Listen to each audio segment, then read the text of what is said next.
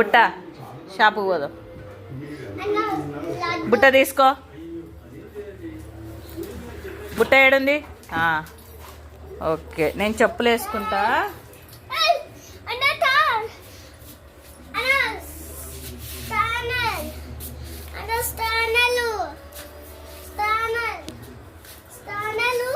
Sandal ఏడున్నాయి? ఉండు తార్. చూడు వాని వెనకనే తిరుగుతున్నాడు. ఏం తెచ్చుకుంటున్నాడా ఇంట్లో, మా ఇంట్లో అని ఎమ్మడెమ్మడి తిరుగుతున్నాడు వాని ఎమ్మడ. హాయ్ ఫ్రెండ్, సబ్స్క్రైబ్ చేసుకోండి ప్లీజ్.